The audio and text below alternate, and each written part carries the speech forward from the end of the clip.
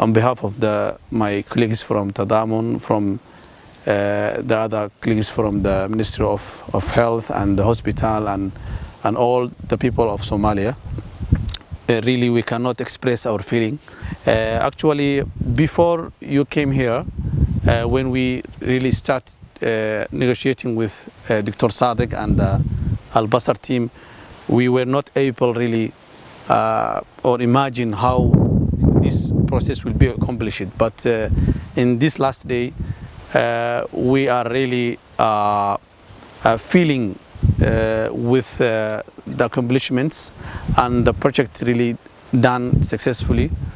And before even you came here, we were really trusting on your experiences, and we traced the activities you did before in many regions in the world.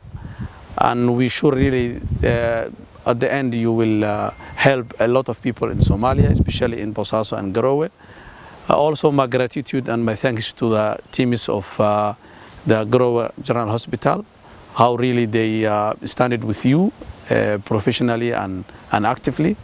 Also before the team of Bosaso, especially Kaafi Hospital.